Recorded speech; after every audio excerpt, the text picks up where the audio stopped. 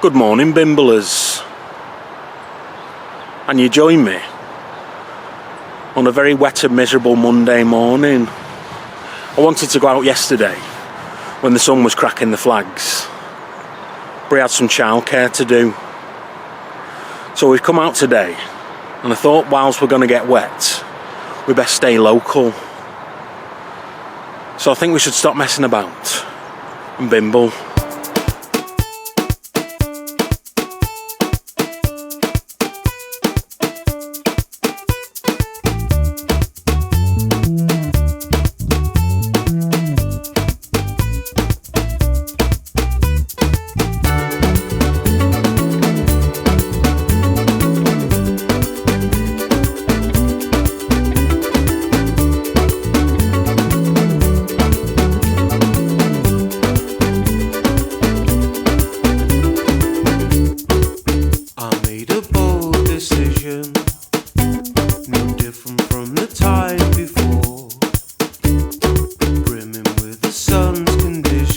Swept overboard. I'm with the wind's incision, cutting through, I'm overjoyed. Flowing with the storm's collision, the perfect choice. Moods can be lifted, the brighter the day. Take the blue skies and I'll take the grey. I surely would say she loves them. You can love the warm and that's okay. You can love the sun in every way. You can love the breeze and blow away. But she loves the rain. She loves them. She loves the rain. It's made in perfect measures, dripping from a seal black sky. Perfect treasure, I know it's right. Moods can be lifted, the brighter the day. Take the blue skies and I'll take the grey. If you can believe it, Bimblers, just around the corner from my house, over the border into Haydock, is a church designed by my favourite church architect, John Douglas. This is the second church or chapel built on this site, but originally they would have just done the church services in the school next door. On a Sunday, the vicars from Ashton used to come here, clear out all the school desks and do your Holy Communion in front of the blackboard. In 1866, they decided they needed a dedicated chapel because of the influx of population around here in Haydock. There was loads of coal mines, at least 6 or 7 within walking distance of this church. So they got a couple of chaps called WWII Hay, that's William and James Hay, father and son, to come and build them St James's Church. William and James Hay had their practice in Liverpool, or so you would think, because most of the churches they designed were built over there. But by the time you got to 1888, the population had increased even further, and they needed an even bigger church. But that church needed to deal with subsidence. All those coal mines around here meant the earth on top of the coal mines was quite uneven and sinking, and they were scared that the church might fall into the chasms below. So they needed a timber frame church that was brick nogged. That means the bricks were in between the timber frame, and they needed a chap that was used to dealing with that. Perhaps a chap from Cheshire. They have a similar problem in Cheshire with the salt mines. So they got my favourite John Douglas to do it. He was used to designing timber frame buildings because he did a lot of work around Northwich and Winsford, which is where they had all the salt mines. And that's why St James's Church here in Haydock is built in the Cheshire style, timber framed, brick nogged. Can you believe it? But this church isn't actually listed. Historic England haven't got around to it yet. It's a good job I'm here to tell you all about it. Let's bimble. Take the blue skies and I'll take the grey. It's up to the weather, you know that I surely would say she loves them. You can love them.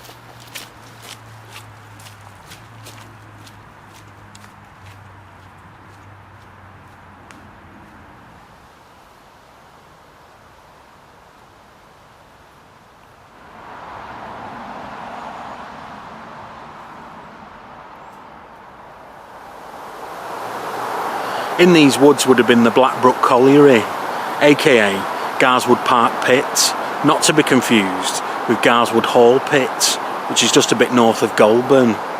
The Blackbrook Colliery opened in 1790, and they scooped coal out of the ground here up until the 1860s, when I imagine it was easier to get to the coalface from Wood Pit, which is the coal mine that was in between my house and Haydock. The pit headgear used to be on the traffic island, which we turned off to get into these woods, just off Stanley Bank Way. But there's something else interesting in these woods. A World War II air raid shelter, abandoned by the East Lancs Road. It's a Stanton air raid shelter, which is a prefabricated concrete air raid shelter made in Nottingham. You could make them to any length to house as many people as you liked, and they would have been buried under the ground. But the only thing sheltering in there these days is a load of old lager tins, possibly some laughing gas canisters. It used to be part of RAF Haydock. There's not a lot of information about RAF Haydock because it used to be top secret at the start of the Second World War. It was a relay station, and it used to intercept the German Luftwaffe messages. Then eventually it went on to relay messages from Burton Wood to all the other air bases. Apparently RAF Haydock was only partially in Haydock. The other half was in Ashton in Makerfield. And seeing as we're up this way, it'd be rude if we didn't turn down Slag Lane and go and have a look and see if we can see any other parts of it. Let's bimble.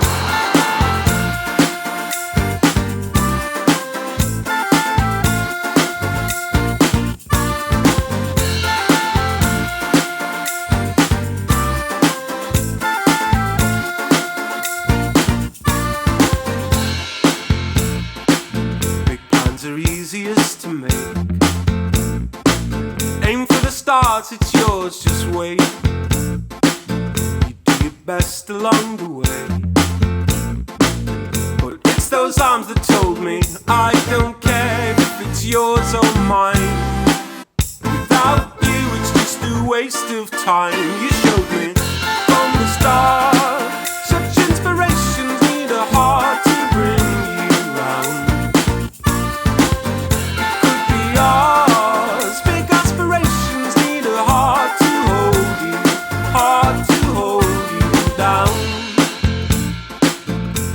Get lost along the way,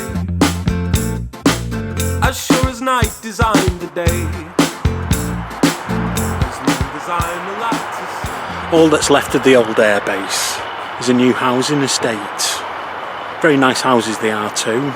The camp closed in 1971 with a small ceremony by the camp padre. That would be the Reverend George Jennings. There would have been 45 locals that lost their job when the RAF base was closed, plus 60 airmen all relocated to different parts of the country. I bet the landlord of the local pub was gutted. Nobody in on a Friday night then. There is one part of the old airbase that's still here though, the old parade ground. And I think we'll have a little bimble round it whilst we go and see a man about a dog. Let's bimble. Meant to be, you showed me from the start. Such inspirations need a heart to bring you round. It could be ours. Big aspirations need a heart to hold you, heart to hold you. I don't care, you can say what you like. I'm a peace-loving person, but I know I'm right. It's as easy as right from wrong. I'm a lover, not a fighter, so I wrote this song. You showed me from the start. Such inspirations need a heart to bring you round. It could be ours. Big aspirations need a heart to hold you, heart to hold you down. From the start, such inspirations need a heart to hold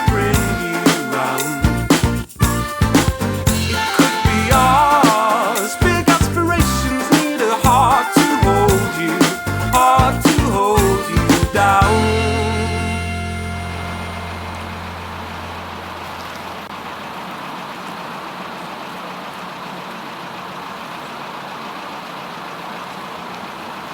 You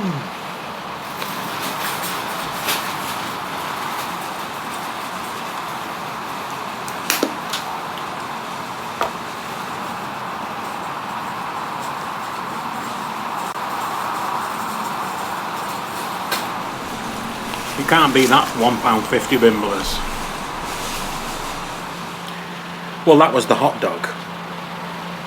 Just enough energy to get me down to see another dog, a British one, a bulldog. Let's bimble. Life was left alone in days that felt so long. Being on our own was irresistible. Thoughts kept to myself, shared with someone else, silently replied to most inaudible. Quiet imagination running away with me. Secret conversations between you and me. Sometimes it was nice for a change. Make believe this wasn't so strange. I'm telling you my secrets again. Imagine that you're still here with me. Imagine just how good that could be. I'm telling you my secrets again. I know it's just pretend, but I'm telling you my secrets again.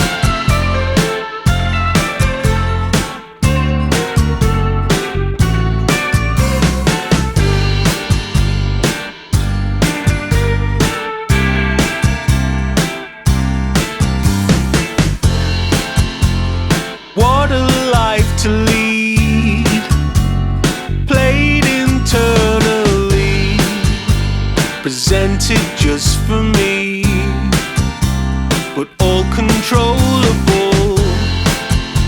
Of course you're unaware of all this time we share, and though you're never there, it's unstoppable.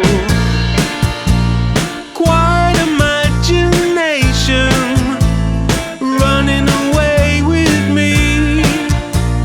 Private conversations made secretively. Sometimes it was nice for a change. Make believe this wasn't so strange. I'm telling you my secrets again. Imagine that you're still here with me. Imagine just how good that could be. I'm telling you my secrets again.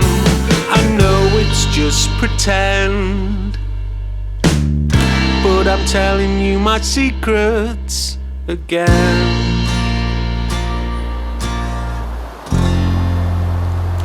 Well, Bimblers, that was a bit of a magical mystery tour. It's a little bit further than it looked on the map, but we've made it here to Golborne, to the rear of All Saints Church, to visit the grave of Davy Boy Smith, aka the British Bulldog.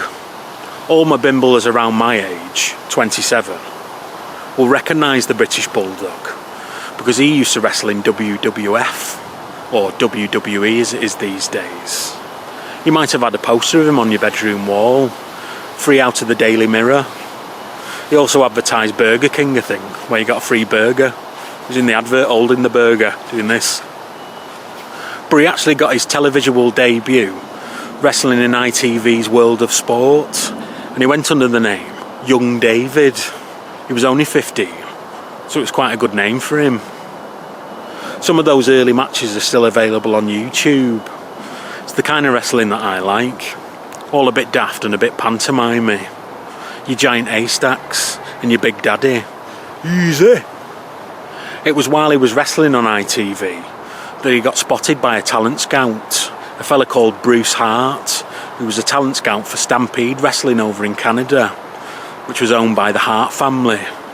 Davey Boy Smith from Golborne was invited over to Canada to train in their gym, which started a lifelong friendship between Davey Boy Smith from Golborne, Owen Hart, and Bret the Hitman Hart from Canada, soon to be from the WWF. They all joined the WWF at more or less the same time. Of course, Owen Hart died at a live WWF event, falling from the roof of a stadium onto the side of a wrestling ring, dying live on pay-per-view.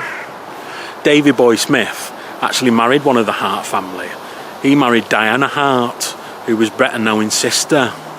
But unfortunately, they got divorced in the year 2000, at which point Davey Boy Smith took up with Bruce Hart's estranged wife, Andrea Redding. Very incestuous, and it sounds very much like a storyline from wrestling.